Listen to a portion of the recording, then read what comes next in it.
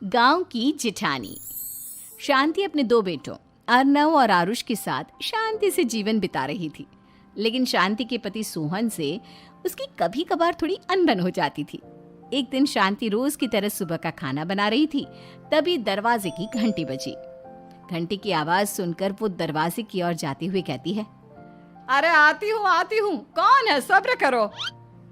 शांति दरवाजा खोलती है तो देखती है कि उसके जेठ मोहनदास सामने खड़े होते हैं। वो सक पकाकर अपना घूंघट करती है और पैर छूकर कहती है, आइए आइए जेठ जी।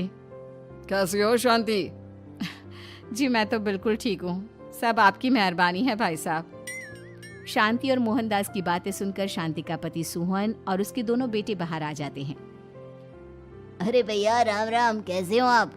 राम राम भाई। अरे शांति, ऐसे खड़ी खड़ी क्या देख रही हो? चाय कॉफी कुछ लेकर आओ, भैया आए हैं। शांति तेजी से रसोई की ओर आगे बढ़ती हुए कहती है, अरे मेरी माँ, गेट खोलने के चक्कर में मेरे तो चावल ही जल गए। वो दौड़ी दौड़ी रसोई में जाती है और देखती है कि सारे चावल जल गए हैं। वो दोबारा चावल बनाने में लग जाती है। इतने में सोहन आवाज लगाता है, अरे शांति, तुम्हारे चावल का रोना खत्म हो गया हो तो चाय ले आओ। जी लाती हूँ अभी। शांति जल्दी जल्दी चाय बनाती है और मोहनदास को चाय देती है। सब एक दूसरे की खैर खबर पूछते हुए चाय पीते हैं। चाय खत्म होती ही मोहनदास शांति की ओर देखते हुए मजाक में कहते हैं, शांति, अब तुम्हारी चाय में दम नहीं रहा, अब हमें चाय बनाने वाली बदलनी पड़ेगी। ये कैसे मुमकिन होगा जेठ जी, घर और बाहर का सारा काम मुझे ही करना पड़ता है और कभी कभी जल्दी जल्दी के चक्कर में काम बिगड़ जाते हैं, जैसे आज चावल जल गए। अरे इसी का तो हल लेकर आया हूँ।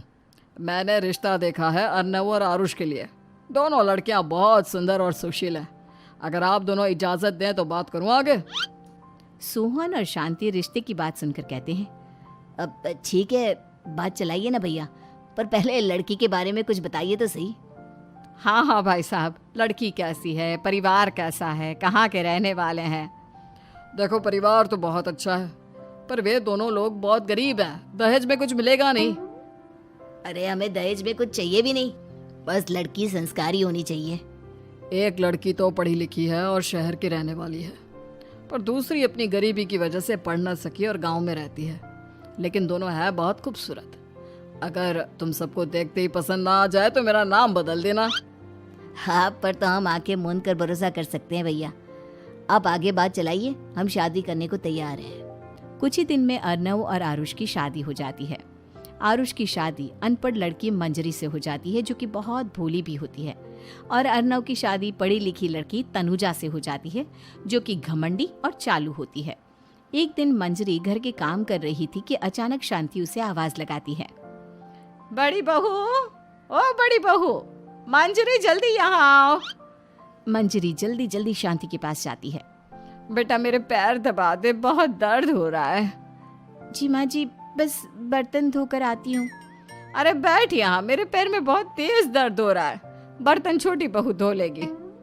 मंजरी शांति के पैर दबाने लगती है तो शांति तनुजा को आवाज लगाती है, छोटी बहू, ओ छोटी बहू।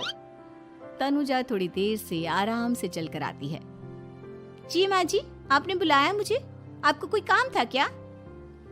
तू कुछ काम कर रही है या? शांति की बात काटते हुए तनुजा बोलती है, कुछ नहीं माँ, फोन पर अपने घर पर बात कर रही थी। अरे बाद में बात करियो अपने घर वालों से, पहले जाके बर्तन धो ले। तनुजा मुंह बनाते हुए अपनी जिठानी की ओर देखती है और मन ही मन कहती है, ये महारानी वहां बैठी है, ये नहीं कि बर्तन धो ले। मैंने इतनी पढ़ाई बर्तन धोने के लिए की थी क्या? तनुजा दांत पीसकर वहां से चली जाती है।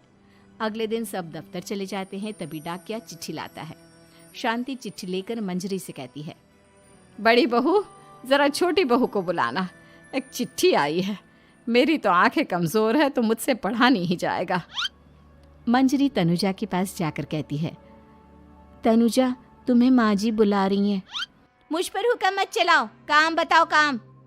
अरे मैंने तुम पर कहाँ हुक्म चलाया, और हुक्म चला भी दूंगी तो क्या हुआ, तुम तो मेरी छोटी बहन की तरह हो ना। तुम जैसी अनपढ़, जाहिल और गांव की गवार मेरी बहन नहीं हो सकती। बेचारी मंजरी तनुजा की बात सुनकर अपना सा मुंह लेकर रह गई। कोई चिट्ठी आई है, माँ जी तुमसे पढ़वाना चाहती है, बस इसलिए बुला रही हैं। मुंह टेढ़ा करके तनुजा मंजरी का मजाक बनाती हुए कहती है, अनपढ़ कहीं की। तनुजा का ऐसा बर्ताव देखकर बड़ी बहू बहुत दुखी होती है। तनुजा को अपनी पढ़ाई का घमंड इतना हो गया कि अब वो घर के कोई काम नहीं करती और अपनी जेठानी का मजाक बनाती रहती। तनुजा का ये बर्ताव अब उसकी सास को भी नजर आने लगा था। एक दिन शांति ने अपनी बड़ी बहू से कहा, मंजरी, तनुजा हर समय तुम्हारा मजाक उड़ाती है, तुम्हें गुस्सा नहीं आता क्या? आता तो है माँ जी, लेकिन मैं क्या करूं? जब भी उसे कुछ बोलती हूँ वो और भी जली कटी बातें मुझे सुनाकर चली जाती है। मैं उसे अपनी छोटी बहन की तरह प्यार करती हूँ, लेकिन उसके दिल में मेरे लिए कोई इज्जत नहीं। बहू, तूने वो कहावत सुनी है, जुल्म करने वाले से ज्यादा जुल्म सहने वाला अपराधी होता है।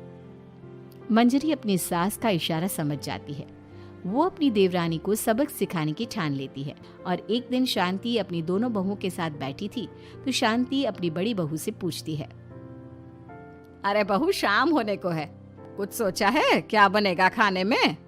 माँ जी, मेरे तो सर में बहुत दर्द है आज। मेरी प्यारी देवरानी ही कुछ अंग्रेजी खाना बनाकर खिलाएगी। सुना है पढ़े लिखे लोग अंग्रेजी खाना बहुत अच्छा बनाते हैं, क्यों तनुजा? इतना कहकर मंजरी अपनी सास की ओर देखकर मुस्कुरा दी।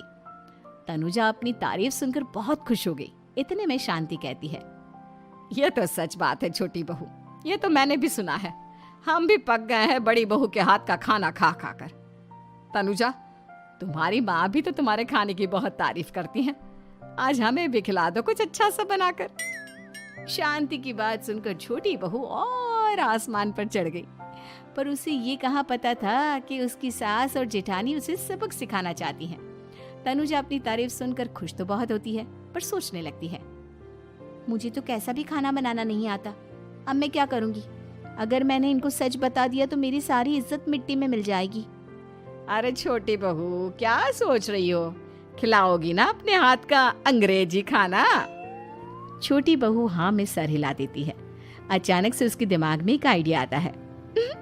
मैं इंटरनेट से देखकर कुछ बना लेती हूँ, मेरी वाहवाही पूरे घर में हो जाएगी। मुझे कौन सा रोज रोज बनाना है। माँ जी, आज आप सबको ऐसा खाना खिलाऊंगी कि।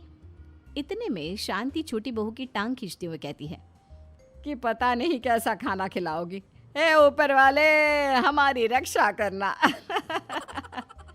इतना बोलकर शांति और मंजरी दोनों जोर जोर से हंसने लगते हैं। अब तनुजा रसोई घर में चली जाती है और खाने की तैयारी करने लगती है, पर उसे रसोई घर की चीज़ों के बारे में तो कुछ नहीं पता। जैसे तैसे सारी चीज़ें निकालती है और इंटरनेट पर देखकर खाना बनाती है। कुछ ही देर में सब लोग घर आ जाते हैं। अरे सुनते हो, आज का खाना हमारी छोटी बहू बना रही है। अरे वाह, आज तो फिर कुछ अंग्रेजी खाना खाने को मिलेगा। कुछ ही देर में खाना बन जाता है तो छोटी बहू सबका खाना लगा देती है। इतने में बड़ी बहू कहती है, क्या बात है देवरानी जी, आज तो बहुत अच्छी खुशबू आ रही है। ये बात तो सही कही बड़ी बहू तूने, खुशबू तो अच्छी है। ऐसी खुशबू तो मेरे खाने में भी नहीं आती। सब मिलकर छोटी बहू की बहुत तारीफ करते हैं और छोटी बहू 7वें आसमान पर बैठ जाती है। अब सभी खाना खाते हैं। जल्दी जल्दी दो, अब तो मुंह में पानी आ रहा है। हाँ, मुझसे भी नहीं रुका जा रहा। जैसे ही सोहन एक निवाला खाता है तो उसकी आंखों से पानी आने लगता है। ये देखकर शांति सोहन से पूछती है, क्या हुआ जी, खाना इतना अच्छा बना है कि आंखों से पानी आ गया? सोहन चुप रहता है और धीरे धीरे से खाना शुरू कर देता है। इतने में सोहन छोटी बहू से कहता है, बेटी तुम भी तो खाओ, तुम क्यों रुकी हो? खाना सच में बहुत अच्छा है। ये कहकर सोहन जोर से हंस देता है। फिर सब खाना खाने लगते हैं, लेकिन खाने में नमक और मिर्च तेज हो गई थी। तनुजा से कोई कुछ नहीं बोलता, बल्कि उसे भी खाने को कहते हैं। जैसे ही छोटी बहू खाना खाती है वो पानी पानी कहकर चिल्लाती है, पानी, इसमें तो पानी। ये खाना तो सच में इतना अच्छा बना है कि हमारे साथ साथ देवरानी जी भी इसके स्वाद को कभी नहीं भूल पाएंगी। सही कहा बहू। तनुजा को अपनी गलती का एहसास हुआ और उसने अपनी सास से कहा, माँ जी ये मेरी गलती नहीं है, इंटरनेट पर दिखाया था कि 4 चम्मच नमक और मिर्च डालने हैं। अब मंजरी को भी मौका मिल गया और उसने तनुजा पर तंज कसा। नाच न जाने आंगन टेढ़ा, हर जगह अपनी पढ़ाई दिखाती हो, दूसरों का मजाक उड़ाती हो। अब पता चला ना, हर चीज़ में पढ़ाई काम नहीं आती। और तुम तो शहर में रही हो, तुम्हें तो मुझसे भी अच्छा खाना बनाना आना चाहिए ना। बेटा, अगर तूने ठीक से सब सीखा होता तो आज तुझे शर्मिंदा नहीं होना पड़ता। बात शहर या गांव की नहीं होती। मंजरी गांव से आई है, लेकिन उसे घर का काम करना और खाना बनाना सब अच्छी तरह से आता है। तुम शहर में रही हो, तुमने ये सब क्यों नहीं सीखा? छोटी बहू सर नीचा कर सबसे माफ़ी मांगती है और बहुत शर्मिंदा होती है।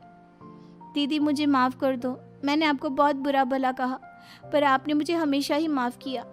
आज मुझे अपनी गलती का एहसास हो गया है। अब दोनों बहुएं मिलकर घर का काम करने लगी और एक दूसरे को अपने गुण बांटने लगी। मंजरी ने अपनी देवरानी को खाना बनाना और घर का काम करना सिखाया, वहीं तनुजा ने भी अपनी जिठानी को पढ़ना लिखना सिखाया। शांति और सोहन ऐसी बहुएं पाकर बहुत खुश थे।